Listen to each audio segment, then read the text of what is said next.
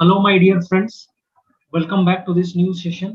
आज हम लोग जेई एडवांस 2018 का पेपर 1 का क्वेश्चन नंबर 5 है। Very interesting question based on the concept of differentiation और जो आपका डेफिनेट इंटीग्रेशन या डिफरेंशियल इक्वेशन का है उस पर कॉन्सेप्ट पर बेस्ड है। इसमें इनइक्वालिटी का भी कॉन्सेप्ट आपको लगाना पड़ेगा। तो चलिए जो सवाल है बच्चों उसको हम लोग देखते हैं एंड ये सेशन पे आप शुरू से अंत तक बने रहना। इस सवाल पर क्या टेक्निक लगा रहे हैं, इस तरह के क्वेश्चंस जो है रिपीट हो रहे हैं जेई एडवांस में।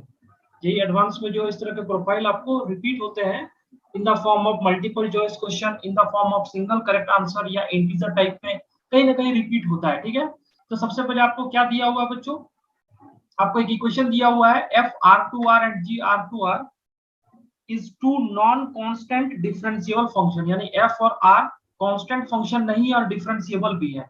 और आपको इक्वेशन दिया हुआ है f dash x equal to e power f x minus g x whole bracket into g dash x for all x belongs to R. और आपको दिया हुआ है f of one equal to g of two equal to one.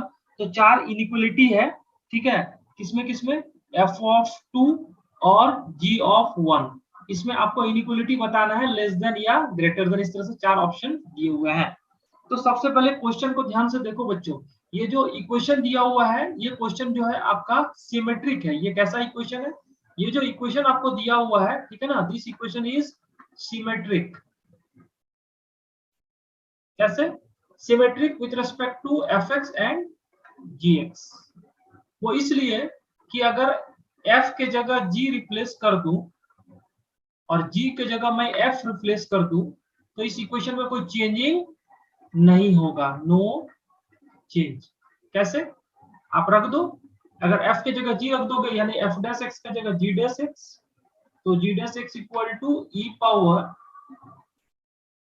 gx minus fx into f dash x, है ना।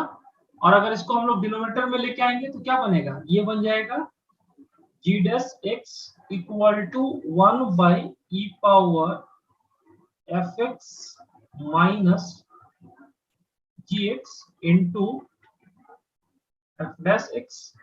और जब इसको मल्टीप्लाई कर दोगे तो वापस यही इक्वेशन में कन्वर्ट हो जाएगा, आप देख सकते हो, ठीक है ना। f dash x equal to g dash x into e power fx minus gx। इसका मतलब ये फंक्शन f और g में क्या है, सिमेट्री है। जब f और g में सिमेट्री है तभी आपको यहाँ पर में ध्यान देना है कि f ऑफ वन का वैल्यू और g ऑफ टू का वैल्यू दोनों कितना दिया हुआ है, वन। दैट मीन्स आपको जो g ऑफ टू का वैल्यू मिलेगा और f ऑफ वन का वैल्यू मिलेगा, ये दोनों भी इक्वल होने के चांसेस है। क्यों, सिमेट्री है। अगर f ऑफ वन और g ऑफ टू पर वन दे रहा है तो g ऑफ टू, सॉरी यहाँ पर में हो जाएगा, दैट मीन्स यहाँ पर में हो जाएगा f ऑफ टू और g ऑफ वन, ये दोनों क्या हो जाएंगे, इक्वल होंगे। सिमेट्री से यहाँ ऑब्जर्व कर सकते हैं, ठीक है। ये सिमेट्री देखना बहुत जरूरी था और आगे जब हम लोग सॉल्व करेंगे तो इसको आप वहां पर में भी एनालाइज करना है। तो चलो यहाँ पर मैं इसको क्या करो, ये जो इक्वेशन दिया हुआ है इसको हम इस तरह से लिख सकते हैं, इसको हम लिख सकते हैं एफ डैश एक्स को d by d x of f x equal to e power f x divide by e power gx into d of gx divide by dx, है ना। अब क्या करो इसमें, ये dx को आप कैंसिल कर सकते हो, कोई फर्क नहीं पड़ने वाला है, ठीक है। और यहाँ पर जैसे f के नीचे e पावर को रख दो तो आप इसको लिख दोगे d of fx divide by e power fx, d of fx divide by e power fx equal to d of gx divide by e power gx यानी d of fx divide by e power fx, d of gx divide by e power gx। अब जब इसको integrate करेंगे बच्चों, इसको अगर आप integrate करोगे, ठीक है, तो इंटीग्रेट करेंगे तो आपको क्या मिल जाएगा, देखो d ये क्या हो गया, एक तरह से x है यानी dx upon e power x। इसको लिख सकते हैं यहाँ पर जब इंटीग्रेट करेंगे हम लोग तो इंटीग्रेट करने के बाद आपको जो मिलेगा दैट भी मिलेगा, यहाँ पर ऊपर में चला जाएगा तो ये हो जाएगा minus e power minus f x equal to minus e power minus g x, और प्लस में यहाँ पर क्या रख दो, कुछ सी रख दो यहाँ पर कांस्टेंट, कांस्टेंट ऑफ इंटीग्रेशन। ठीक है, अब क्या करो, यहाँ से माइनस को बाहर निकाल के अपन रख सकते हैं e power minus f x equal to e power minus g x, और मैं माइनस सी को क्या रख दिया, प्लस के लिख दिया कांस्टेंट। यानी जो हमारे पास माइनस सी था हमने रिप्लेस कर दिया, माइनस सी को किससे रिप्लेस कर दिया, अनदर कांस्टेंट के से। ठीक है, तो आपको जो इक्वेशन मिला e power minus f x equal to e power minus g x plus k. तो नेक्स्ट स्लाइड में चलते हैं हम लोग, यानी e power minus f x equal to e power minus g x plus k. जो आपको दिया हुआ है उसको पुट करना है, एफ ऑफ वन और जी ऑफ टू इसको पुट करना है। ठीक है, तो एफ ऑफ वन यानी x इक्वल टू 1 पुट कर दो इस इक्वेशन में। इस इक्वेशन को कितना नंबर दे सकते हैं, फर्स्ट नंबर ही है ना, इसको फर्स्ट नंबर इक्वेशन दे दो, और x इक्वल टू 1 यहाँ पर भी सब्स्टिट्यूट करो तो क्या होगा, e power minus f of one equal to e power minus g of one plus k, और x इक्वल टू 1 पर f ऑफ 1 का वैल्यू कितना दिया हुआ है, 1 दिया हुआ है, f ऑफ 1 का वैल्यू कितना दिया हुआ है 1, यानी 1 by e equal to e power minus g of 1 plus k, है ना। तो यहाँ पर में आपको क्या मिल रहा है, तो ये आपका फर्स्ट नंबर इक्वेशन, यहाँ से ये रिजल्ट आपको मिला, है ना। तो यहाँ से अपन लिख सकते हैं, यहाँ से अपन लिख सकते हैं k equal to 1 by e minus 1 by e power g of 1। ठीक है,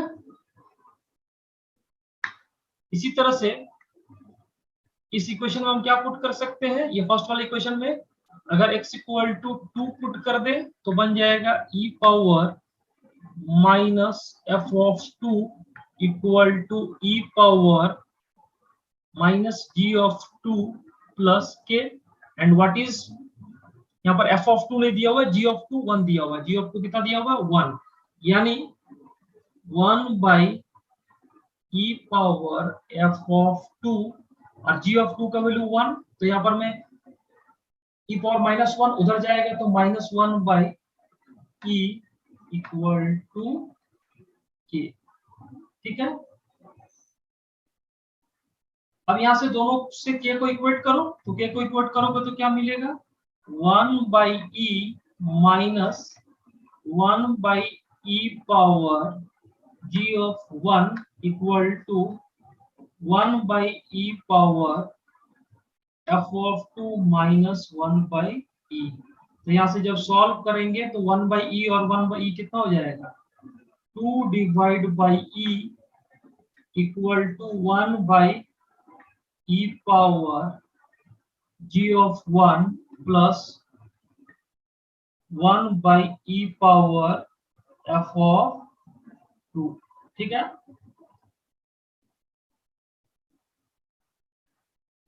अब ध्यान से देखो यहाँ पर, अब आपको इस इक्वेशन को सॉल्व करना है और इसमें से दो वेरिएबल है, g ऑफ 1 है और f ऑफ 2 है, लेकिन इक्वेशन एक ही है ना। तो अपन इसको वैसे दिमाग लगा सकते हैं कि अगर यहाँ पर में हम लोग g ऑफ 1 को 1 ले ले और f ऑफ 2 को भी 1 ले ले तो ये इक्वेशन सेट हो रहा है। ठीक है ना, क्योंकि यहाँ पर में एक ही इक्वेशन है तो अपन को ऑब्जर्व करना पड़ेगा और सम वैल्यू पुट करना पड़ेगा। ऑप्शन है आपके पास में, ठीक है, जो g ऑफ 1 है, g ऑफ 1 अगर हम लोग ये वाला ऑप्शन को देते लेस देन 1 माइनस ln 2, तो ये वाला वैल्यू क्या हो जाएगा, ये वैल्यू हो जाएगा, ये वैल्यू हो जाएगा लेस देन 1, ये वैल्यू क्या होगा लेस देन 1, यानी g ऑफ 1 जो है 1 से छोटा हो रहा है, g ऑफ 1 का वैल्यू 1 से छोटा हो रहा है। क्या ये पॉसिबल है, नहीं है। क्योंकि g ऑफ 1 का वैल्यू आपको कितना आया है, 1 आया है।